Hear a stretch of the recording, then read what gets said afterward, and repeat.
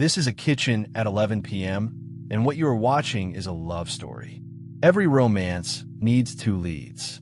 Ours are a human in yesterday's hoodie and a refrigerator that has seen things. They met years ago. They have never been formally introduced, and yet, every night around this hour, they find each other again. Watch the approach. The human enters casually, as if she just happened to be walking through the kitchen at 11 p.m. in the dark for no reason. She opens the door, and there it is, the light. Soft, golden, and forgiving, like candlelight in a small restaurant where nobody asks questions. The refrigerator hums its one romantic song. She gazes at the shelves. The shelves gaze back. Now, the narration you cannot hear, happening inside her head, goes like this. I'm not even hungry. I'm just looking. And she is telling the truth. She is not hungry. Her stomach has filed no complaints. But something in her stands in that golden light like a moth that pays rent here, and neither of them can name what she came for. So she does what we all do. She checks if anything new has appeared since the last time. 9 minutes ago.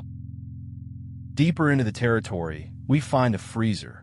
The freezer is the vault of this relationship, and every vault has its treasure.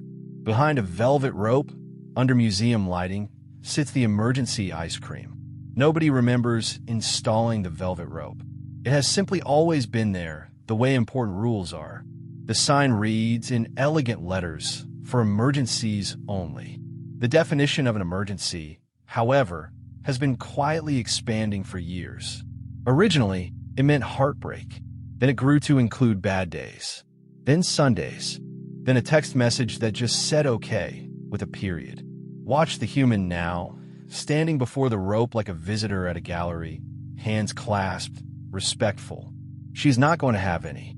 She is just visiting. She likes to know it is there, the way some people keep a fire extinguisher. And in fairness, this is a fire of a kind. Somewhere behind her ribs, something has been smoldering since around 4 o'clock this afternoon, and nobody has asked it a single question. The freezer keeps the ice cream cold. The human keeps the feeling colder. And the velvet rope stands between them, doing its best, which is nothing because it is a rope. And now, the ritual scientists call the standing snack. Observe. She has taken the cheese, a few crackers, and 1 spoon of the thing we shall not name, and she is eating them at the counter. Standing up. She will not sit. Sitting down would make it a meal. A meal is official. A meal appears in the record. But food eaten standing up, in the dark, by the light of an open refrigerator, is a rumor. It never happened. There are no witnesses except the fridge, and the fridge is loyal. This is the same physics by which food eaten off someone else's plate has no consequences, and anything consumed while cleaning the kitchen counts as cleaning. Notice her posture. 1 hip against the counter, eyes fixed on the middle distance, chewing with the expression of someone doing quiet paperwork. There is no pleasure here. She is not enjoying this. She is barely tasting it. Ask her in the morning what she ate last night, and she will genuinely have to reconstruct it like a detective. Because whatever this is, it is not really eating. It is something else wearing eating as a costume. Which brings us to the twist in our love story. Here it is. It was never about the food. Our human is not in love with the refrigerator. She's in love with the pause it gives her. The mouth is trying to swallow a feeling, and the feeling does not fit down there, but the mouth keeps trying because it is the only door the feeling was ever offered. And here is the strange menu nobody prints. Boredom tastes like crackers. Loneliness tastes like ice cream. Stress does not bother tasting anything. Stress just eats the whole cupboard in alphabetical order. Your cravings are not random. They are subtitles. Now, the feel guide, because there are 2 kinds of hunger and they wear the same coat. Body hunger builds slowly, over hours. It is patient. Almost any food will answer it, even the boring lentils. And when the body is full, it politely stops. Heart hunger is different.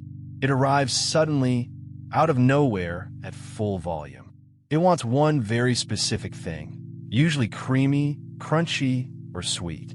And it keeps eating straight past full, because no amount of food can reach the place that is actually empty. The stomach was never the address. The delivery keeps arriving at the wrong door, and the door keeps signing for it. So here's the practice, and it costs nothing. It is one question, asked with a hand on your chest at the door of the fridge. What am I actually hungry for? That is it. That is the whole technology. You do not have to answer correctly. You just have to ask, because the question opens a small gap between the feeling and the fork, and in that gap you get to choose. Sometimes the answer is genuinely food, in which case, wonderful. Eat, enjoy it, sit down for it, use a plate like a person in a movie. But sometimes the answer is rest, or a hug, or a good cry that has been waiting in the queue since Tuesday. Feelings need to be felt, not fed. When you feed a feeling, it goes quiet for exactly as long as the chewing lasts. And then it comes back, hungrier, because it still has not been heard. Picture the feeling as a small cat sitting by the fridge. It does not want cheese. It is a cat with strange priorities. It wants attention. It wants you to look at it and say, I see you. You keep giving it snacks. It keeps meowing. Nobody is winning. Then one evening, our human tries something radical. The craving arrives at 11 p.m. as scheduled. She walks to the kitchen as scheduled, and then she does not open the fridge. She sits down on the kitchen floor in the dark, and she lets the feeling climb on her lap. It turns out to be loneliness, medium-sized, a little scruffy, clearly not brushed in weeks. And she just sits with it. No fixing, no feeding, no lecture. She breathes. It is uncomfortable for about 90 seconds, which is the part nobody warns you about. And then something shifts. The feeling settles. It just wanted 5 minutes of attention. That was the whole ransom. 5 minutes, and it curls up and purrs and lets her go. And here is the other half of the lesson, because this is not a story about never eating the cookie. Some nights she checks, and the answer really is, I would love a cookie. So she has the cookie, on a plate, sitting down, tasting it, chosen, not confessed. That cookie carries no shame, because guilt was always worse for her than the cookie ever was. The cookie leaves. Guilt moves in and renovates. Morning.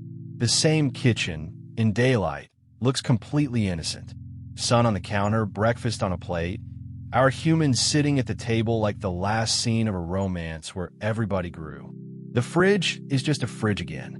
They're still friends. They have simply stopped meeting in secret. So here is the ending our documentary crew wants you to keep.